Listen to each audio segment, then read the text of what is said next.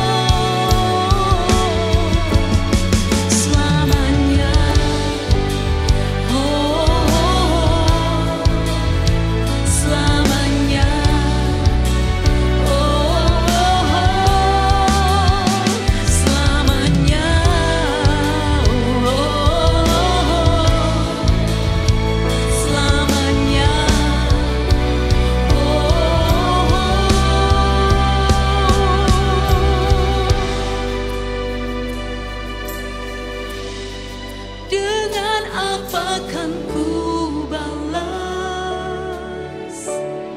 segala kebaikanmu? Segenap hatiku menyembahmu Yesus, ku bersyukur padamu. Dengan apa kan ku balas segala kebaikanmu? Segenap hatiku menyembahmu Yesus, ku bersyukur padamu. Dengan apa kan ku balas segala kebaikan? Sungguh Kau baik Tuhan. Segenap hatiku menyembahmu Yesus, ku bersyukur padamu. Dengan apa kan ku balas segala kebaikanmu? Segenap hatiku menyembahmu Yesus, ku bersyukur padamu selamanya. Ini ucapan syukur kami Tuhan, untuk selama-lamanya kasih setiamu tak pernah berubah.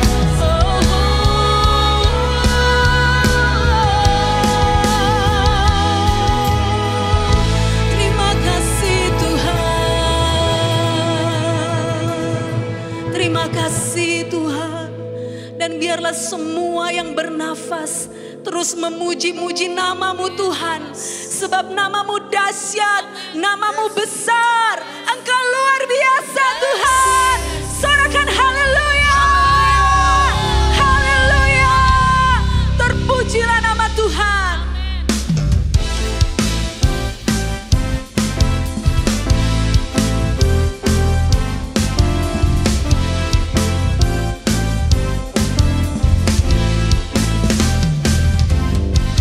Langit adalah tahtamu Tuhan, dalam kemuliaan bumi tumpuan kakimu sungguh mengagumkan. Ombak dan lautan menderu bernyanyi bagimu. Mari semua yang bernafas sujud dan menyembah. Namamu besar, namamu mulia, namamu mulia. Engkau Tuhan yang perkasa. Amin. Engkau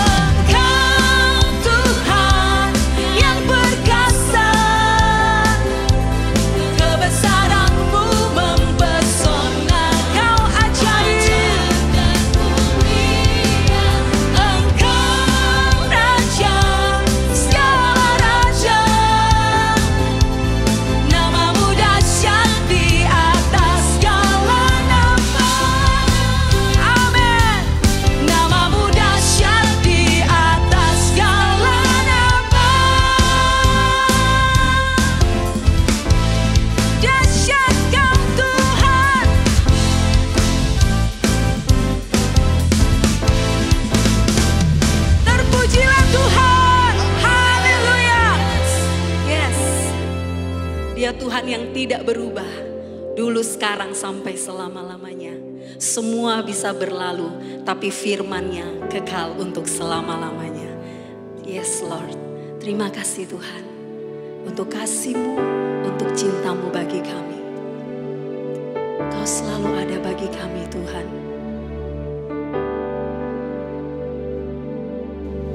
Tak selamanya mentari bersinar,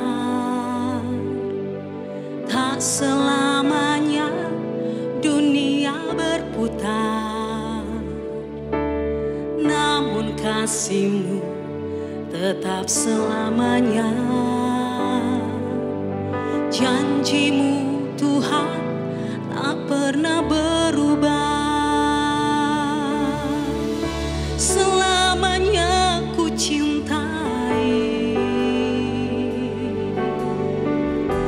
tempat kediaman-Mu Tuhan.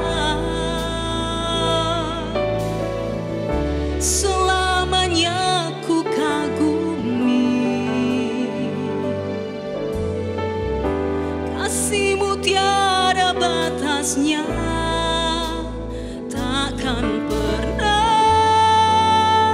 Kau ku ingkari. Kasih-Mu selalu ada untukku.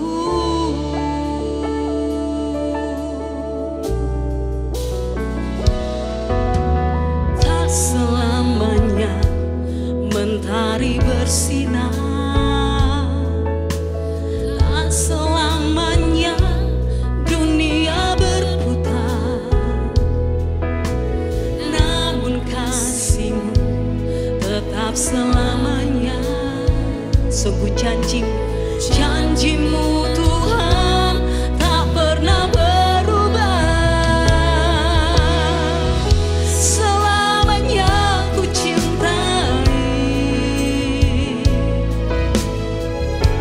tempat kediaman-Mu Tuhan. Selamanya ku kagumi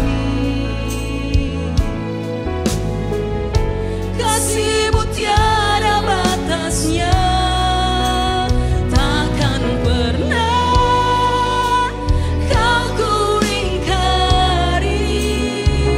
Kasih-Mu selalu ada. Selamanya ku cintai. Mari cintai tempat kediaman-Nya, tempat kediaman-Mu Tuhan.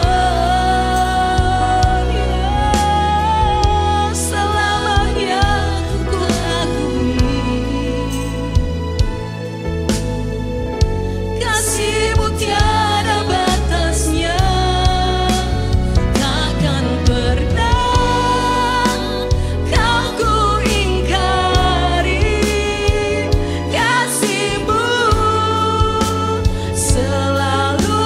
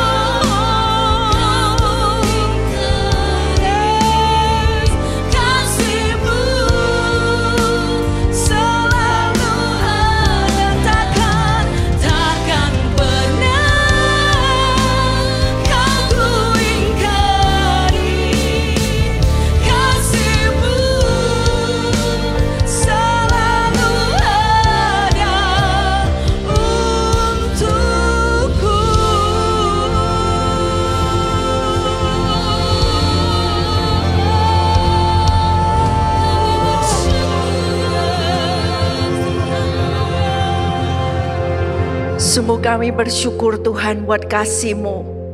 Kasih-Mu yang tidak pernah berhenti bagi kami. Karena itu Tuhan, kami minta pertolongan anugerah-Mu supaya kami menyambut, meresponi kasih daripada Tuhan. Supaya kami mengerti waktu dan kesempatan yang Tuhan beri dan tidak menyia-nyiakan waktu dan kesempatan itu. Terima kasih Tuhan, terima kasih. Ini kami Tuhan, kami mau mendekat kepadamu, kami mau melekat kepada kebenaran-Mu. Engkau yang memampukan kami Tuhan. Karena dari-Mu lah sumber segala sesuatu. Terima kasih Tuhan, terima kasih. Berfirmanlah dan ubahkan hidup kami. Di dalam nama Tuhan Yesus kami berdoa. Amin. Shalom Bapak Ibu Saudara yang dikasihi Tuhan. Kita akan melihat bagaimana Tuhan itu punya blueprint. Tuhan punya rencana yang akan segera digenapi. Salah satu rencana Tuhan yaitu mengenai gereja Tuhan. Nah di sini kita melihat untuk gereja Tuhan ini menggenapi rencana Tuhan. Maka gereja ini perlu didirikan di atas satu dasar. Saudara lihat gambaran gereja ini yang megah begitu bagus. Tapi gereja yang megah dan bagus ini bisa berdiri kalau berdiri di atas satu fondasi. Artinya tidak terpisah-pisah. Tapi fondasi daripada gedung yang bagus ini itu merupakan satu kesatuan. Hanya satu fondasi dan kemudian di atas fondasi ini mereka membangun, mendirikan menjadi satu gedung yang begitu indah. Karena itu kita perlu memperhatikan bahwa fondasi ini sangat penting di dalam kehidupan kita. Kita perlu menguji apakah kita berdiri di atas fondasi yang ditentukan oleh Tuhan. Ya, Tuhan ingin gereja Tuhan itu memancarkan kemuliaan. Ya saudara lihat kalau gedung-gedung di dunia ini yang begitu megah, yang begitu hebat.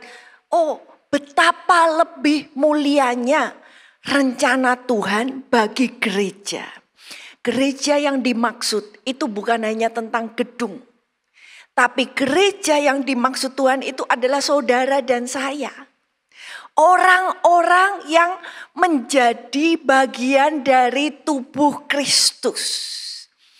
Orang-orang yang Tuhan pilih untuk disatukan menjadi satu. Ini akan membawa kemuliaan yang jauh lebih besar daripada gedung apapun yang kita lihat hebat.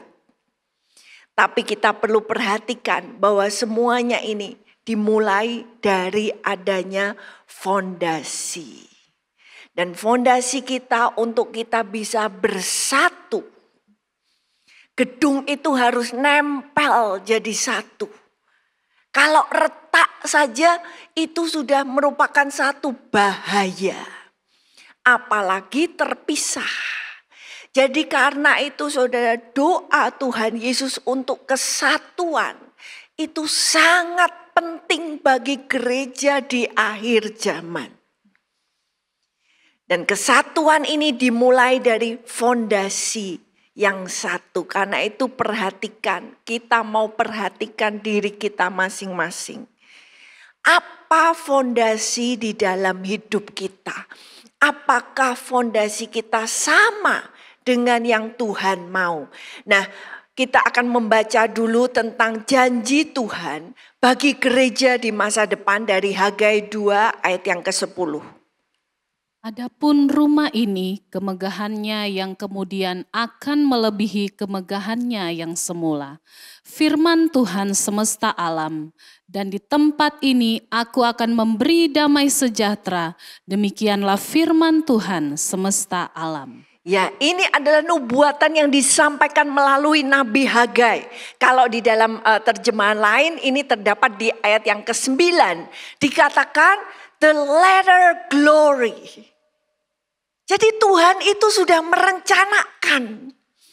Gereja Tuhan nanti pada akhir daripada cerita sejarah gereja, itu kemuliaannya akan jauh lebih mulia. Kalau kita membaca di dalam firman Tuhan dalam Kisah Para Rasul, wow, yang terjadi di dalam gereja mula-mula, wow, hebat. Tapi rencana Tuhan, kemuliaan nanti itu akan jauh lebih besar. Karena itu Bapak Ibu, ini yang dikatakan kepada orang-orang pahlawan-pahlawan iman. Dikatakan perjalanan mereka tidak akan lengkap, tidak akan sempurna tanpa kita. Karena kita ini nanti menjadi satu kesatuan sejarah dengan kemuliaan Tuhan yang akan semakin meningkat. Mungkin sudah berkata, masa mungkin sih kita ini sekarang melihat keadaan yang semakin gelap, dunia semakin gelap, kejahatan meningkat. Tapi dikatakan di tengah kegelapan yang semakin gelap, maka terang Tuhan akan bangkit atasmu.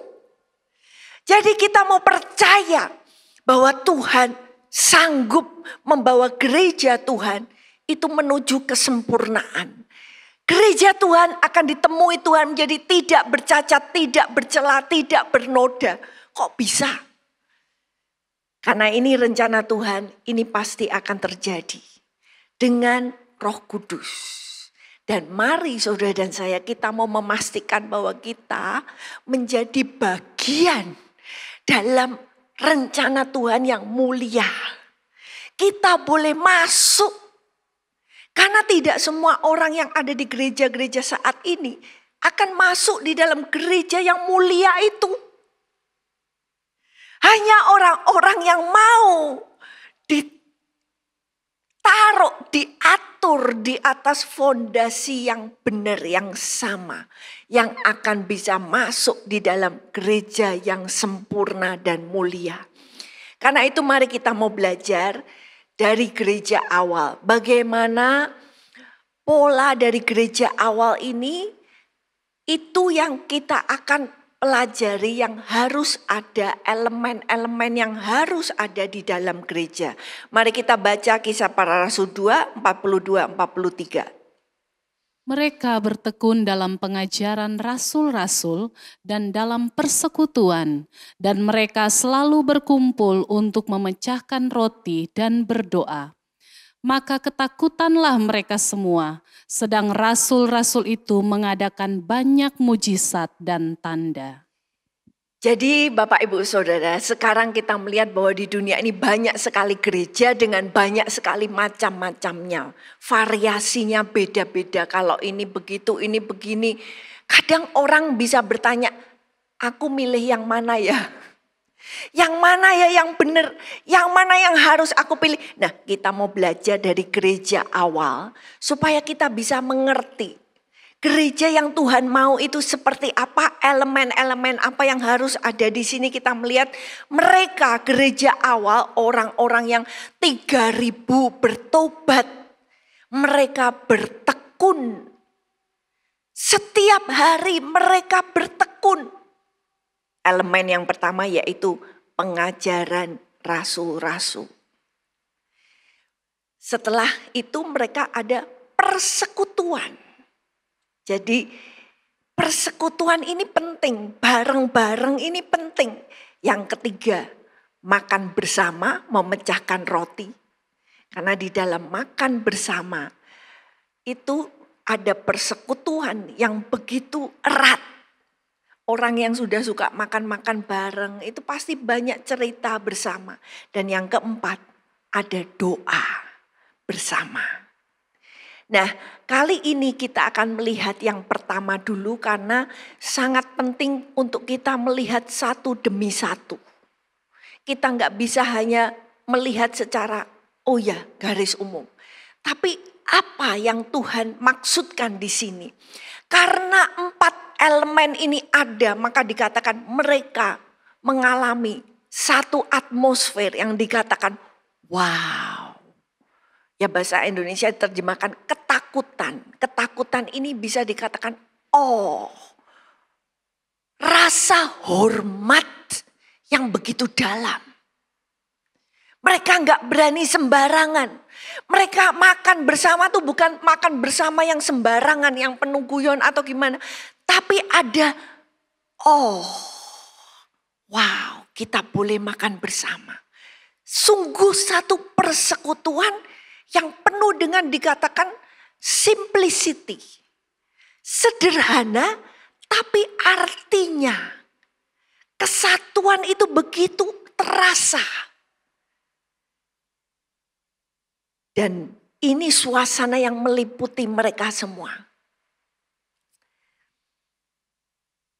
Saya ingat Bapak Ibu Saudara, ketika saya berada di satu tempat di mana di situ kita mengalami revival kita di gereja setiap hari. Ya sampai larut malam. Waktu kita selesai ibadah Bapak Ibu. Hati kita itu rasanya seperti ini. Ada rasa takut, hormat. Sehingga kita itu keluar dari gereja itu mau guyon itu rasanya takut. Rasanya kok nggak pas ya. Karena kita berhadapan dengan Tuhan. Ada satu atmosfer yang melingkupi hadirat Tuhan. Itulah atmosfer wow. Dan hormat. Dan ini yang meliputi gereja awal saat itu. Nah di sini kita melihat untuk kita bisa bersatu bersama, maka Tuhan memberikan gambaran. Kesatuan itu digambarkan seperti tubuh. Tubuh ini kan gak mungkin ada yang ketinggalan di rumah, ada yang ketinggalan di kantor. Tubuh ini selalu satu. Kalau tubuh ini ada yang terpotong, wah darahnya pasti di mana-mana. Pasti kita sudah teriak-teriak. Pasti kita sudah dibawa ke dokter. Jadi kesatuan tubuh Tuhan itu seperti tubuh kita. Terjalin sedemikian gak bisa lepas. Secara natural, secara organik itu nyambung. Dan kesatuan ini juga digambarkan sebagai sebuah bangunan. Saudara, bangunan itu perlu dilem, ya, istilahnya dalam tanda kutip. Lemnya semen, ya. Semuanya menjadi satu. Sehingga ketika ada angin, ada hujan,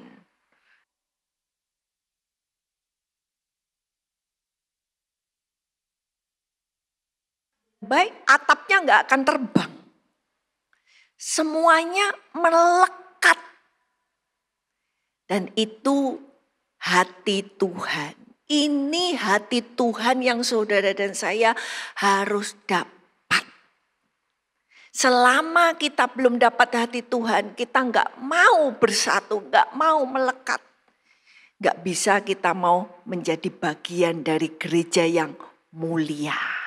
Dan untuk itu dasar yang sama perlu kita punya. Nah ini diterangkan di dalam Efesus 2 ayat 19 sampai 22. Mari kita baca. Demikianlah kamu bukan lagi orang asing dan pendatang, melainkan kawan dari orang-orang kudus dan anggota-anggota keluarga Allah, yang dibangun di atas dasar para rasul dan para nabi, dengan Kristus Yesus sebagai batu penjuru. Di dalam Dia tumbuh seluruh bangunan, rapi tersusun, menjadi bait Allah yang kudus di dalam Tuhan. Di dalam Dia kamu juga turut dibangunkan menjadi tempat kediaman Allah di dalam Roh.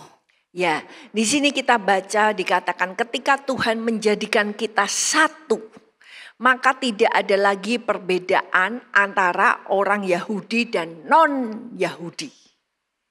Ya. Jadi inilah misteri yang disampaikan di dalam perjanjian baru.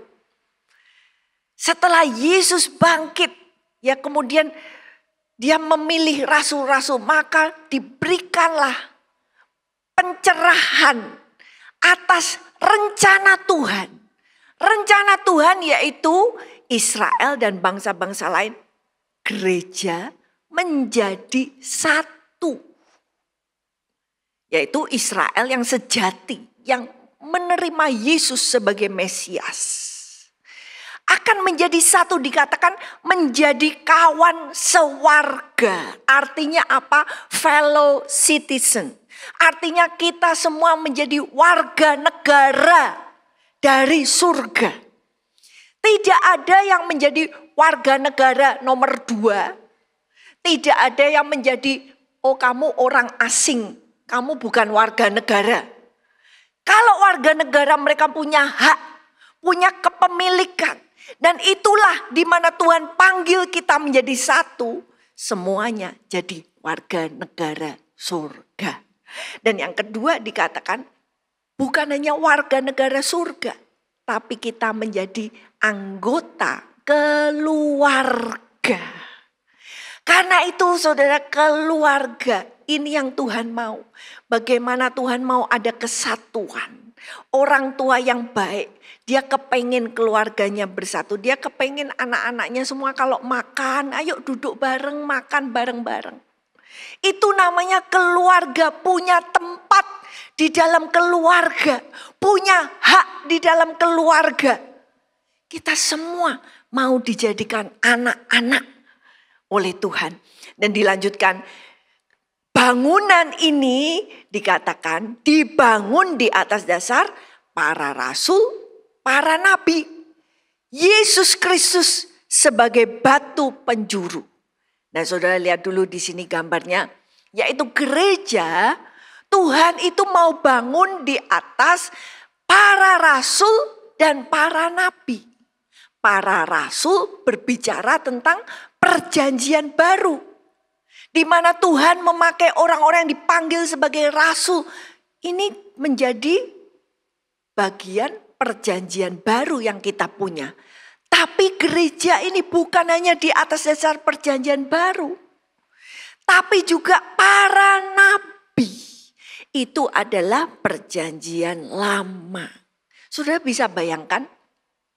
Kalau gedung gereja itu, bangunan gereja ini. Dikurangi fondasinya separuh saja ya. Apa yang terjadi? Kalau fondasinya separuh, gedungnya akan miring. Kalau miring menjadi bahaya, nggak bagus. Orang nggak bisa pakai. Karena itu kita nggak bisa membuang perjanjian lama. Karena fondasinya adalah perjanjian lama dan perjanjian baru. Perjanjian lama digenapi, dilanjutkan dalam perjanjian baru. Dan kemudian dikatakan dasarnya yaitu batu penjuru adalah Yesus Kristus paling bawah. Sebagai batu penjuru. Jadi di sini kita lihat Bapak Ibu Saudara. Tuhan ingin kita ini menjadi bait Allah. Tempat kediaman Allah. Jadi Tuhan mau dasar ini, gedung ini yang dibangun Tuhan, dasarnya tuh seperti ini. Sebetulnya Bapak Ibu, setiap bangunan yang baik, itu kualitasnya ditentukan oleh dasar. Kadang orang harus membayar begitu mahal untuk punya fondasi yang kuat. Jadi fondasi ini kadang bisa begitu mahal supaya bangunan di atasnya bisa tetap berdiri. Tapi kalau fondasinya sudah dikompromi ya, dibuat ya jangan terlalu mahal, kita nggak mau bayar mahal-mahal. Maka seluruh bangunan berada di dalam bahaya. Semakin tinggi bangunannya, semakin bahaya. Semakin saudara menjulang sukses. Mau sukses pelayanan, ya, sukses dalam bisnis, sukses di dalam masyarakat. Saudara bisa menjulang begitu tinggi. Tapi kalau fondasi kita itu murah, kita nggak mau bayar mahal. kita kompromi dengan fondasi kita, maka semua yang keindahan yang tinggi itu bisa runtuh dalam sekejap. Karena itu Tuhan mau kita sebagai bangunan Tuhan. Tuhan mau memberi yang terbaik. Batu penjuru Yesus Kristus. Kekuatan yang begitu kuat Yesus Kristus. Dan Tuhan ketika dia berkata, aku akan membangun gereja. Dan di atas batu karang ini, gereja Tuhan akan dibangun. Dan pintu-pintu kerajaan alam maut tidak akan sanggup menguasainya. Artinya apa Bapak Ibu? Batu yang Tuhan bangun menjadi batu penjuru itu tidak akan tergoncangkan oleh kuasa kematian sekalipun. Di dunia ini kuasa apa yang paling besar? Ya sampai mati. Tapi yang didirikan Tuhan ini akan tetap. Karena itu mari kita mau punya kemauan. Ya Tuhan, aku mau menjadi satu di dalam bangunan Tuhan. Nah, mari kita melihat bahwa di dalam rencana Tuhan ini ada bahaya. Karena iblis tahu, wow, rencananya untuk gereja Tuhan luar biasa. Maka ada bahaya-bahaya yang menyusup. Mari kita baca dalam 2 Petrus 2 ayat 1 dan 2. Sebagaimana nabi-nabi palsu dahulu tampil di tengah-tengah umat Allah, demikian pula di antara kamu akan ada guru-guru palsu. Mereka akan memasukkan pengajaran-pengajaran sesat yang membinasakan, bahkan mereka akan menyangkal penguasa yang telah menebus mereka, dan dengan jalan demikian segera mendatangkan kebinasaan atas diri mereka. Banyak orang akan mengikuti cara hidup mereka yang dikuasai hawa nafsu, dan karena mereka jalan kebenaran akan dihujat. Ya, di sini dikatakan, boleh diterjemahkan, tetapi nabi-nabi palsu tampil di tengah-tengah umat Allah, demikian juga guru-guru palsu akan tampil juga. Jadi firman Tuhan sudah memberikan peringatan. Ini loh, hati-hati.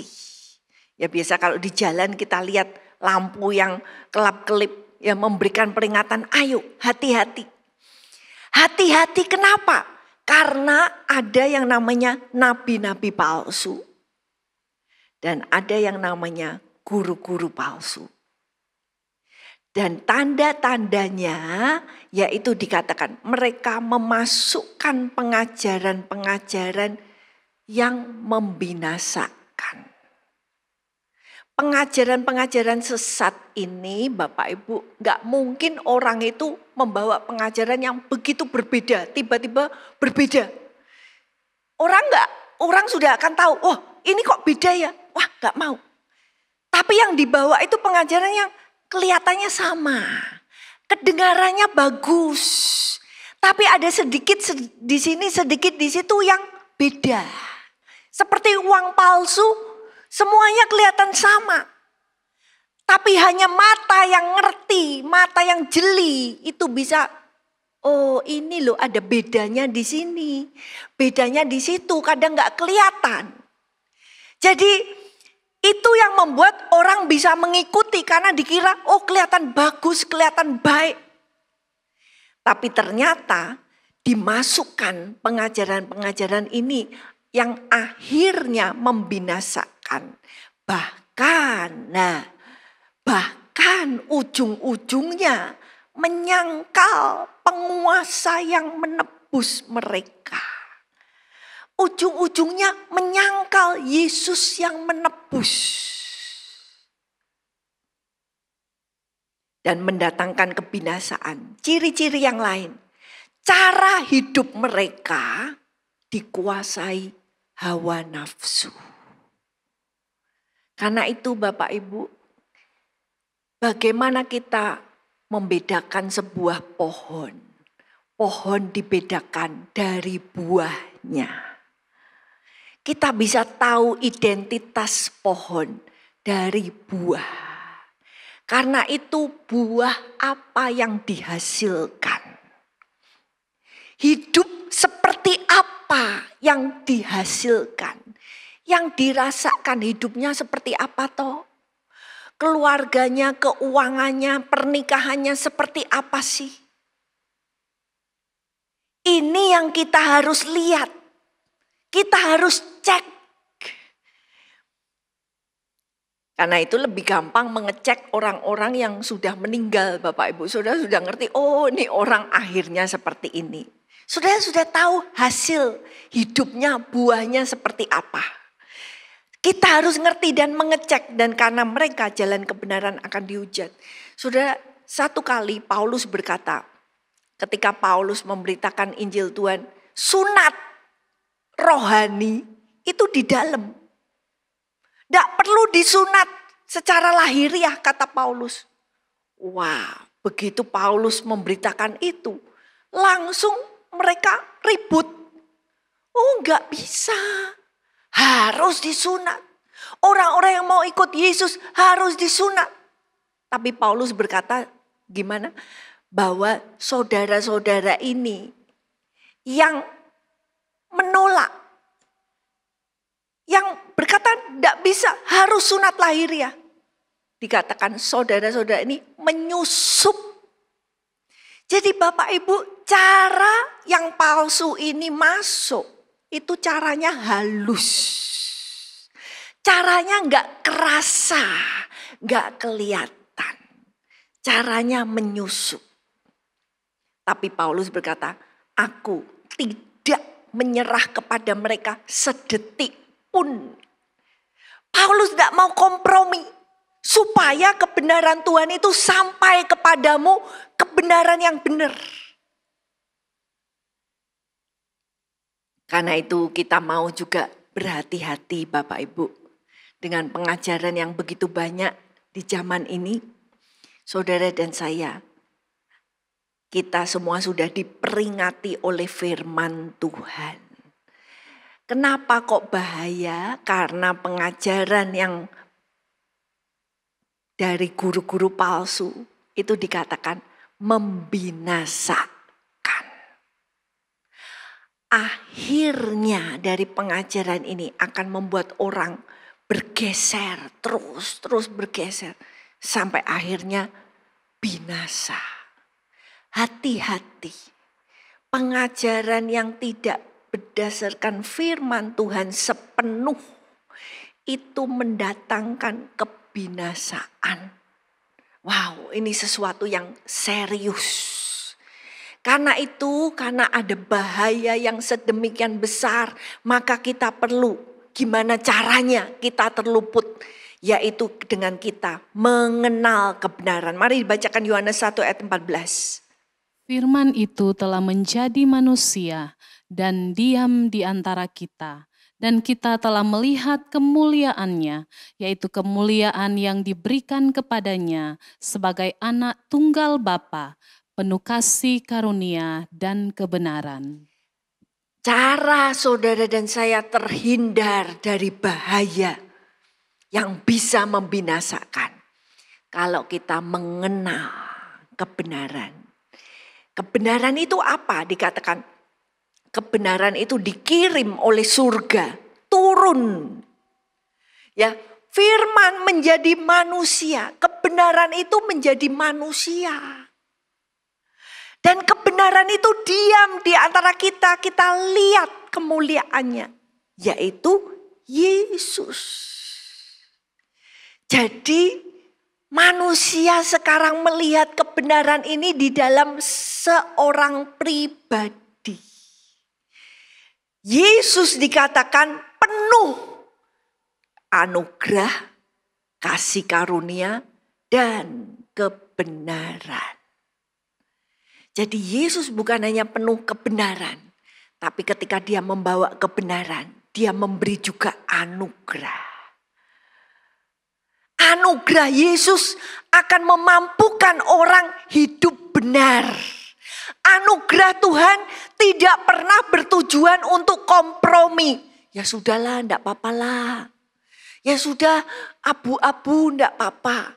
Anugerah Tuhan itu bukan untuk kompromi, tapi anugerah Tuhan itu memampukan kita masuk di dalam seluruh kebenaran 100%. Dan itu dinyatakan di dalam pribadi Yesus. Dan Yesus mendeklarasikan dalam Yohanes 14 ayat yang ke-6. Kata Yesus kepadanya, "Akulah jalan dan kebenaran dan hidup. Tidak ada seorang pun yang datang kepada Bapa kalau tidak melalui aku." Jadi Yesus mendeklarasikan, aku itu kebenaran. Jadi kebenaran ini Bapak Ibu adalah juga pribadi. Jadi kalau kita ngomong, oh aku sudah benar kok. Hidupku sudah benar kok. Pertanyaannya, apakah Yesus hidup di dalam kita? Apakah Yesus berbicara dalam hidup kita? Apa Yesus cuma diem aja, enggak pernah ngomong? Kita juga enggak pernah ingat Yesus ngomong apa, firman-Nya ngomong apa, kita enggak ingat. Nah dengan demikian berarti hidup kita ini enggak ada pribadi Yesus. Kalau pribadi Yesus itu cuma mampir dalam hidup kita 2 jam ketika kita pergi ibadah. Maka pribadi Yesus cuma mampir. Kalau kita mau kebenaran itu ada dalam hidup kita, pribadi ini yang perlu berjalan bersama-sama kita setiap hari. Jadi ketika kebenaran itu adalah pribadi, maka ketika saudara dan saya tidak kenal pribadi ini dengan baik, maka kita juga tidak kenal kebenaran. Kita bisa pegang Alkitab, kita bisa tenteng Alkitab, kita punya di rumah kita banyak Alkitab. Tapi kalau kebenaran itu belum sampai mengenal secara pribadi Yesus, maka kita belum kenal kebenaran. Kita masih tidak ngerti. Karena itu orang Kristen, kita pengikut Tuhan, mari kita mau menang dalam apa? Dalam bersekutu dengan firman. Ini satu peperangan yang dahsyat Bapak Ibu. Ya peperangan yang nomor 1 yaitu persekutuan dengan firman, persekutuan dalam doa.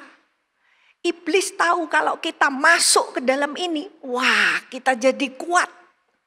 Karena itu kita dihalangi terus. Nah Tuhan tanya, kapan kamu mau menang dalam hal ini supaya kamu kenal kebenaran, kenal pribadi. Nah ketika orang menyebut nama Yesus, pertanyaannya, kamu ikut Yesus, aku ikut Yesus. Kamu jadi muridnya Yesus, aku juga muridnya Yesus. Kita sebut nama yang sama.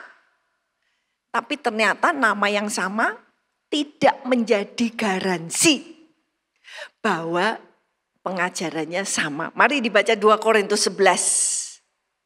Tetapi aku takut kalau pikiran kamu disesatkan dari kesetiaan kamu yang sejati kepada Kristus. Sama seperti Hawa diperdayakan oleh ular itu dengan kelicikannya. Sebab kamu sabar saja jika ada seorang datang memberitakan Yesus yang lain daripada yang telah kami beritakan, atau memberikan kepada kamu roh yang lain daripada yang telah kamu terima, atau Injil yang lain daripada yang telah kamu terima. Ya, di dalam Korintus ini yang terjadi adalah mereka itu dikunjungi oleh rasul-rasul yang menyatakan, wah kami ini rasul yang hebat. Dan Paulus berkata, aku takut kalau kamu ini, karena kamu menerima, kamu mendengarkan, kamu kasih telingamu untuk mendengar. Dan mereka ini memberitakan Yesus, tapi Yesus yang diberitakan itu Yesus yang lain. Dan roh yang dibawa itu roh yang lain. Mereka datang memberitakan yang namanya kami ini memberitakan Injil. Tapi Injilnya lain. Karena itu Bapak Ibu Saudara, namanya mereka memberitakan nama yang sama. Kami memberitakan Injil. Yesus, Roh Kudus. Tapi kita perlu cek. Betul enggak ini Yesus yang sama? Atau Yesus yang hanya Yesus yang baik-baik?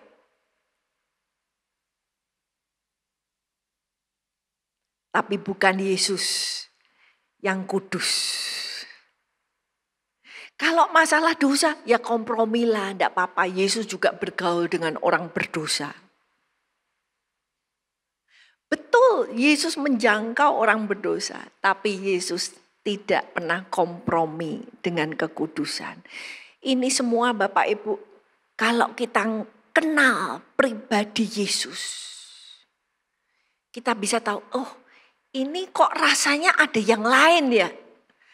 Yesus yang aku kenal itu pribadinya seperti ini. Kok ini kok disampaikannya sama tapi kok rasanya ada yang berbeda. Saudara bisa ngerti kalau kita mengenal pribadi Yesus.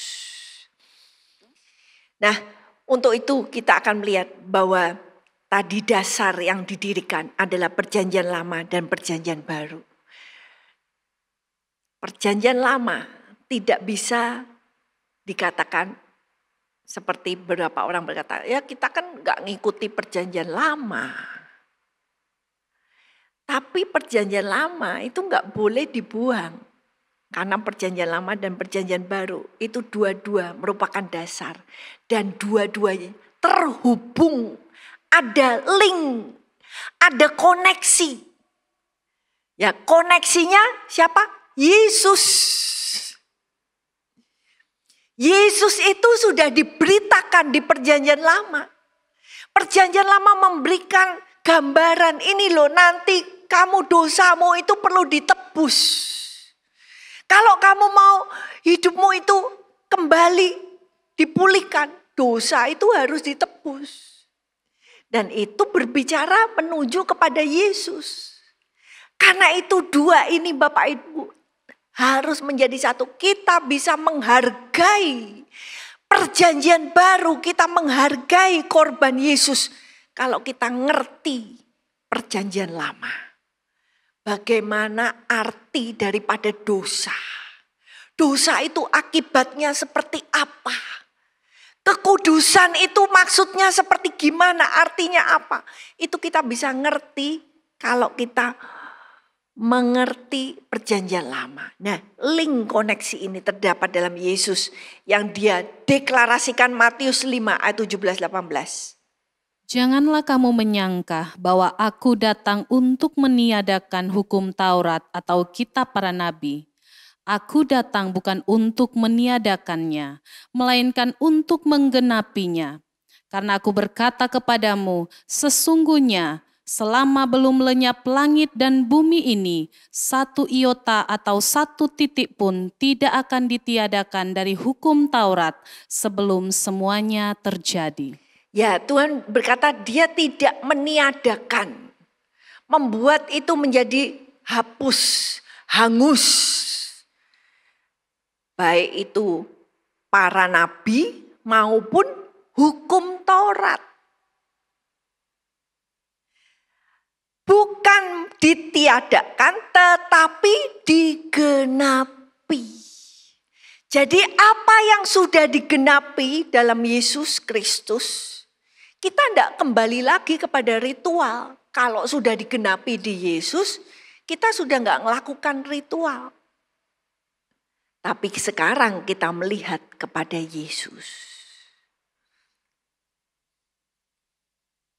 Dan dikatakan tidak ada satupun yang akan ditiadakan dari hukum Taurat.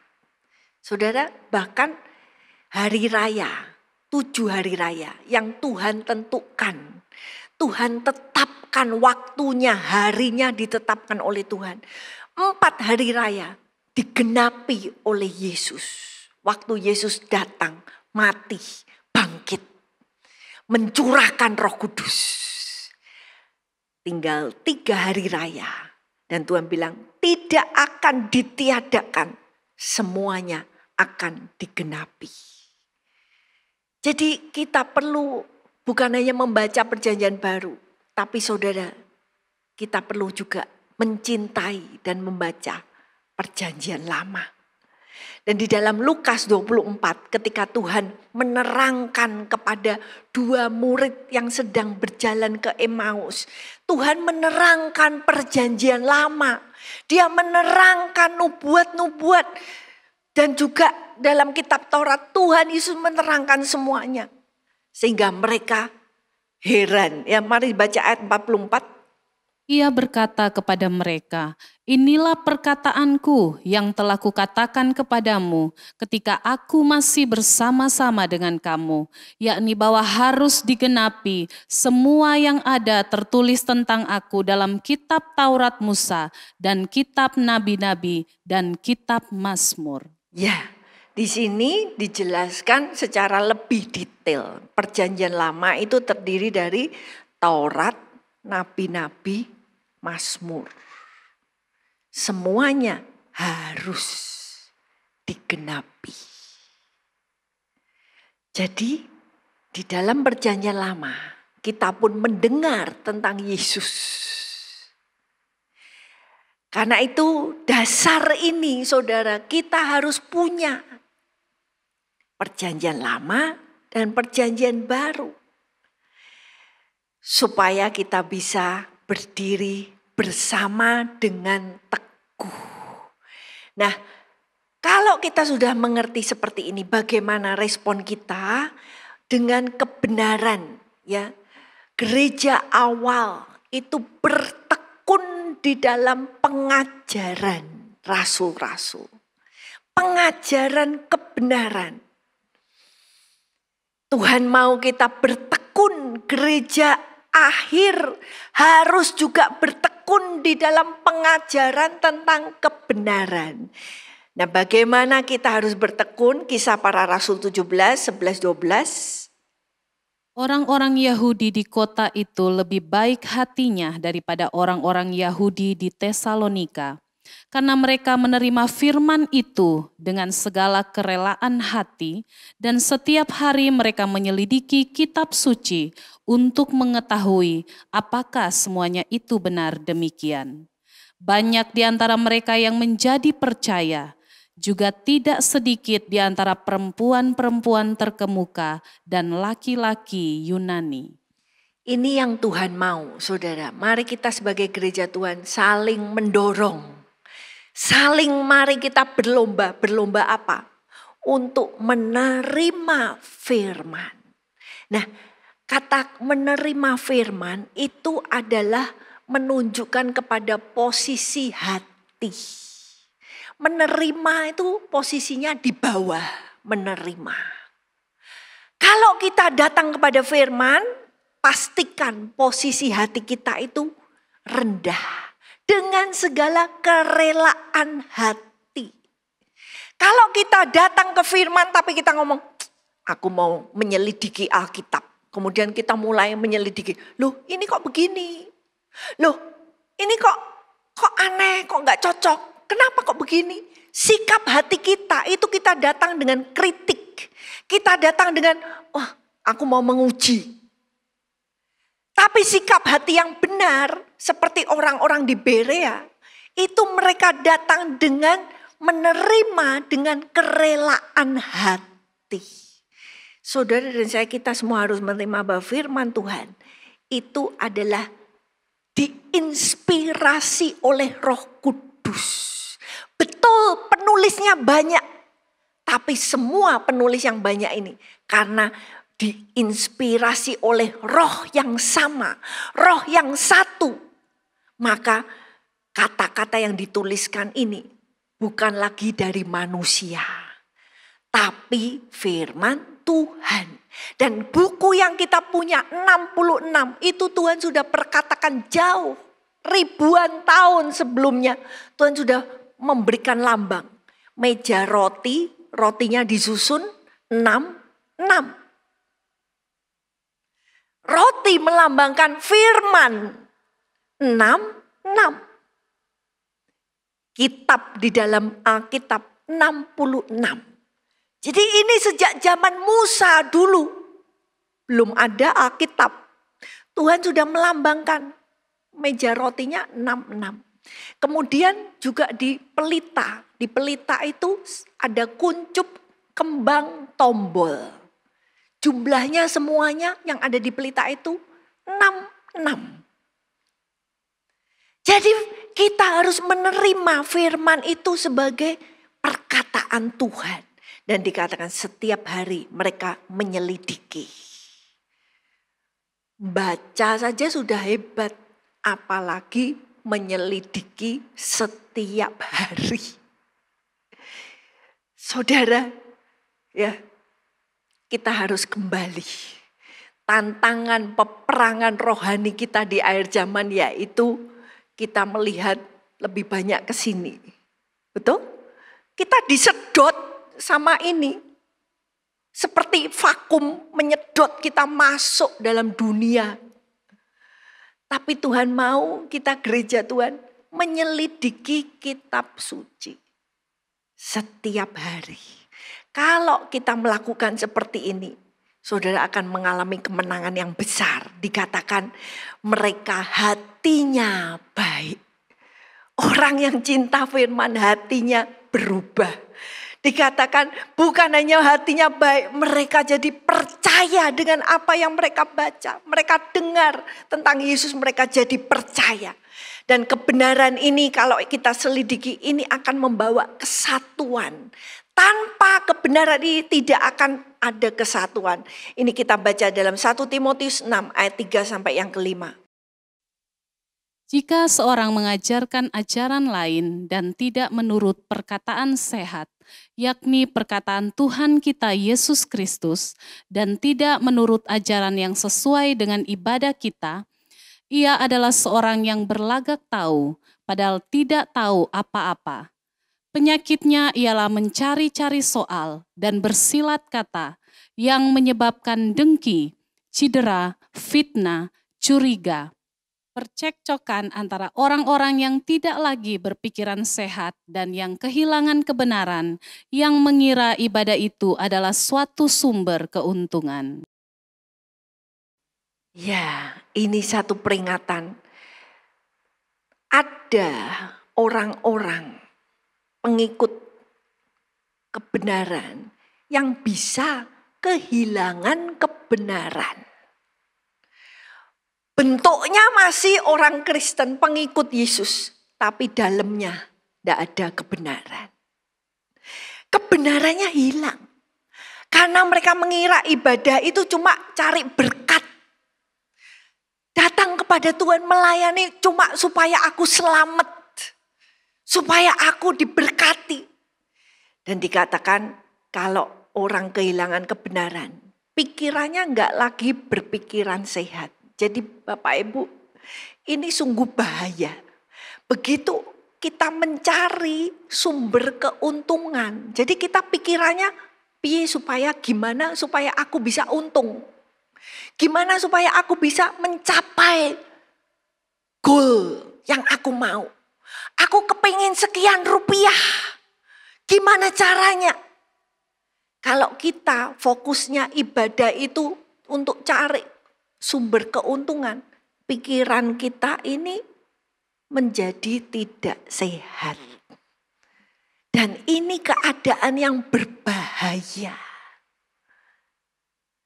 Bahaya karena kehilangan kebenaran dikatakan devoid, kosong. Depannya mungkin masih ada tapi dalamnya nol, dalamnya kosong, enggak ada. Bentuknya ada tapi dalamnya enggak ada.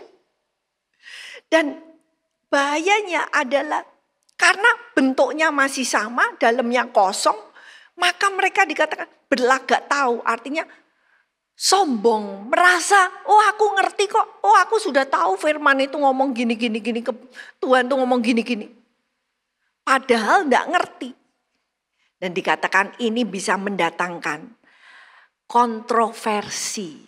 Wah, mulai ada kontroversi ini, itu, berargumen tentang ini, itu. Sehingga yang dihasilkan adalah saling iri hati, perpecahan, fitnah, curiga yang tidak baik. Jadi tidak adanya kebenaran itu akan keluar buah adalah buah yang begitu buruk. Gereja Tuhan kalau nggak mau berjalan, kita masing-masing nggak mau mengikuti kebenaran Tuhan, maka yang terjadi seperti ini, percekcokan, nggak cocok satu dengan yang lain. Karena pikirnya, loh aku ini benar. Kita berjalan dengan kebenaran kita sendiri. Disitulah kesatuan tidak mungkin terjadi tanpa kebenaran. Dan dimulainya dari mana? Kita bisa betul-betul masuk berdiri dalam kebenaran, dimulai dari hati. Mari kita baca 2 Tesalonika 2:9-10. Kedatangan si pendurhaka itu adalah pekerjaan iblis dan akan disertai rupa-rupa perbuatan ajaib, tanda-tanda dan mujizat-mujizat palsu.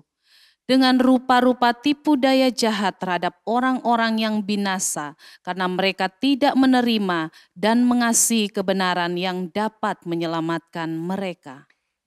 Ya, kalau diterjemahkan lebih baik dikatakan karena mereka tidak menerima cinta akan kebenaran. Jadi di dalam hatinya enggak ada cinta akan kebenaran. Kalau saudara dan saya, kita cinta kebenaran, maka bohong itu tidak boleh. Kita mau belajar cinta. Kita enggak melebih-lebihkan, kita enggak mengurang-ngurangi. Kita cinta kebenaran. Orang yang cinta dimulai dari hati yang cinta. Cari kebenaran. Itu orang yang akan diluputkan. Karena nanti di akhir zaman orang akan melihat. Ya, bahkan orang-orang pilihan sekalipun akan bisa hanyut. Kenapa? Karena ada tanda-tanda ajaib, mujizat yang dilakukan oleh pekerjaan iblis. Wow. Karena itu Bapak Ibu jangan kita mencari yang wah-wah. Mau cari mujizat, cari tanda-tanda. Tapi kita harus mencari satu, Yesus. Kalau kita cari kebenaran, kita akan dapat Yesus, pribadi Yesus. Yesus kita dapat, maka Yesus datang dengan mujizat. Kita mencari bukan mujizat, tapi kita mencari Yesus. Mari kita mau minta sama Tuhan. Tuhan, kasih aku hati yang cinta kebenaran. Dunia kita begitu banyak diselimuti oleh dusta, kebohongan, hoax.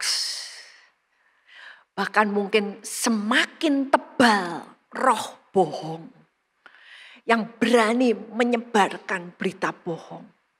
Tapi mari saudara dan saya, dimulai dari hati kita. Kita mau berseru pada Tuhan, Tuhan aku mau cinta kebenaran. Mari kita mau datang pada Tuhan. Kita mau katakan, Yesus selamatkan aku. Kebenaran-Mu yang sanggup menyelamatkan.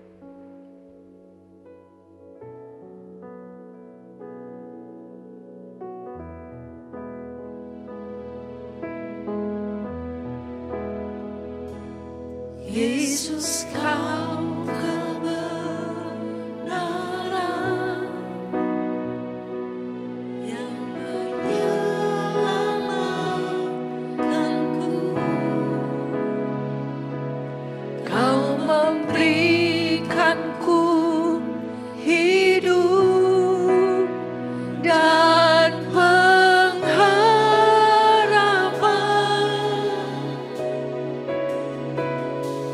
Ku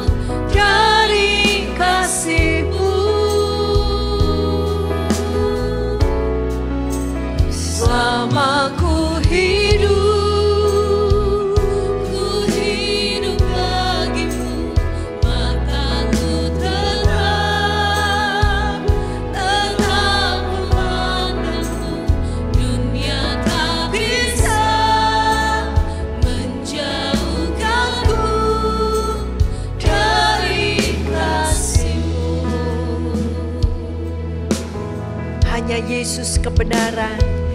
Yesus kau kebenaran yang menyelamatkanku.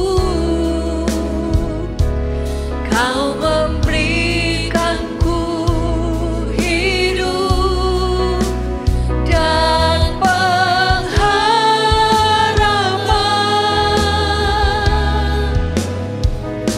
Ku ikut kehendak-Mu.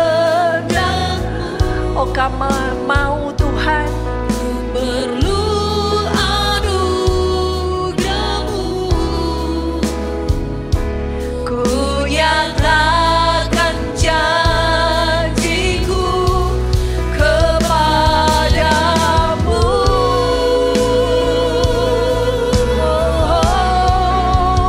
Kalau ku hidup bagimu, hatiku tetap menyembah-Mu. Dunia tak bisa menjauhkanku dari kasih-Mu. Selama ku hidup bagimu, mataku tetap memandang-Mu.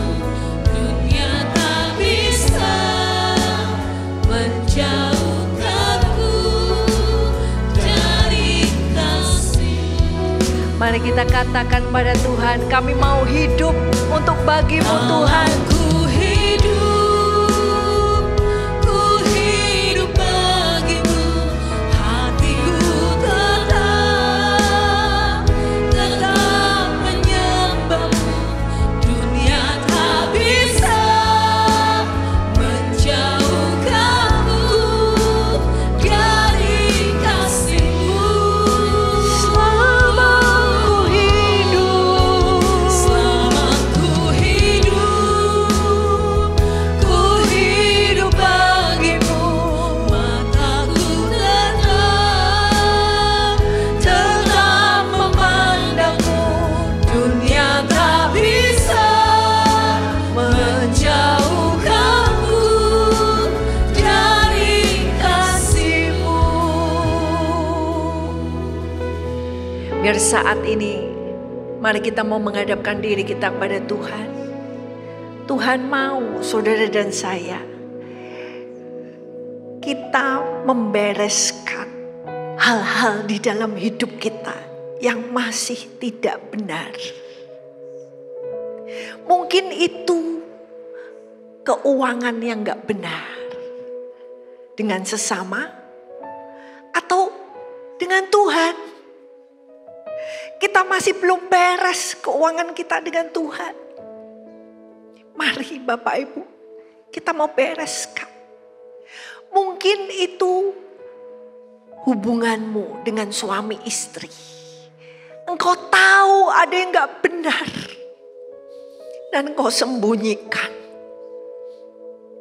Atau mungkin engkau merasa ada yang gak benar dalam hubunganmu. Mari kita mau minta Tuhan. Tuhan, aku mau hidup sesuai dengan kebenaran-Mu. Tolong aku Tuhan. Dari hal-hal kecil. Mari saudara, kita mau taat. Kita mau bereskan. Jangan buang-buang kesempatan yang Tuhan beri. Kalau Tuhan masih memberikan kita kesempatan untuk membereskan hari ini, biar hari ini juga kita bereskan. Karena kesempatan belum tentu akan datang. Karena itu biar anugerah yang Tuhan beri kepada kita tidak sia-sia. Mari kita mau berseru, Tuhan, selamatkan aku dengan kebenaran-Mu.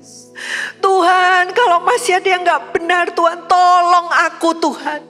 Supaya tidak ada lagi yang tersembunyi di dalam kehidupanku. Semuanya terbuka di hadapan Tuhan, di hadapan manusia. Kita hidup di dalam integritas. Terima kasih Yesus. Kami beri pujian bagi-Mu Tuhan.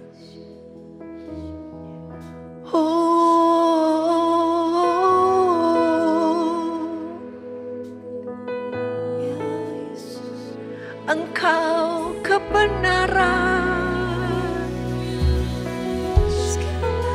Yesus,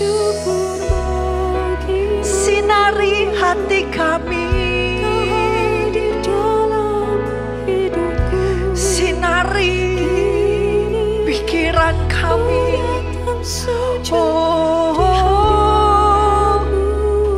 Mari minta anugerahnya menunjukkan, anugerahnya membersihkan.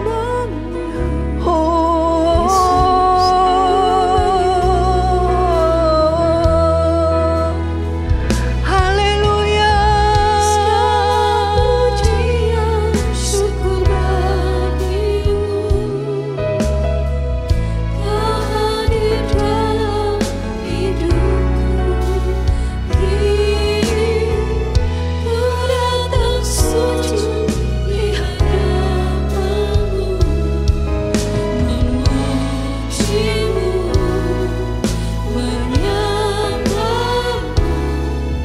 Yesus. Mari bawa hidup kita untuk menyembah Dia, memberikan hidup kita sepenuhnya. Segala pujian syukur bagimu,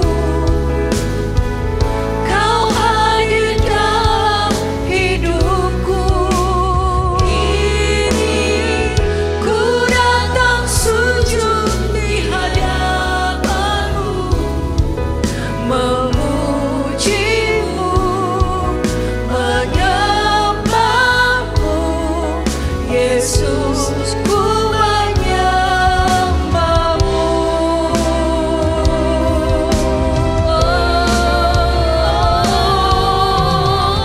Segala pujian syukur bagimu, Kau hadir dalam hidupku. Kini ku datang sujud di hadapan-Mu, memuji-Mu, menyembah-Mu, Yesus, ku menyembah-Mu. Yesus, ku menyembah-Mu. Hanya Yesus. Yesus, ku menyembah-Mu. Haleluya.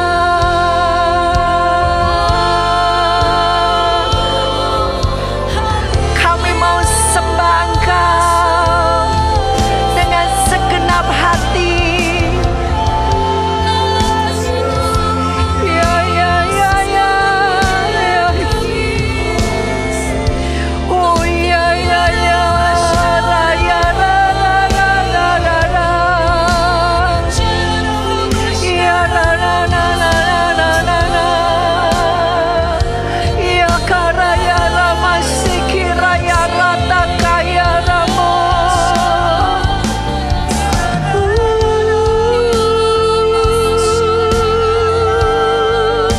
Ya, ya, la, la, ya, la, la. Kebenaran-Mu memerdekakan, kebenaran-Mu membebaskan. Ya, kara, ra, ra, ra, ra, ya, ra, ra. Yesus pembebas. Ya, ra, ra, ra, ra, ra, ra, ra, ya, kara. Ya, ya, ya, ya. Haleluya.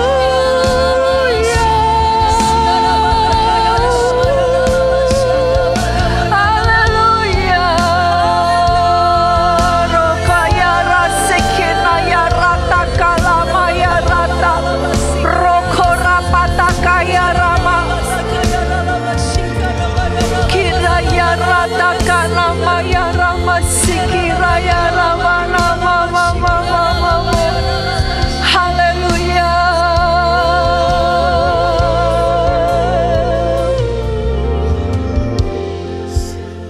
Tuhan, kami mau Tuhan memeluk kebenaran-Mu. Biar kami mau cinta dengan kebenaran-Mu Tuhan. Dan berikan kami anugerah Tuhan untuk melangkah, berani mengambil keputusan untuk meninggalkan yang tidak benar ataupun meninggalkan yang abu-abu. Dan kami mau melangkah menuju kebenaran Tuhan yang sepenuh di dalam kehidupan kami. Dan ketika firman-Mu berkata barang siapa saling mengaku dosa, maka mereka akan disembuhkan, dipulihkan.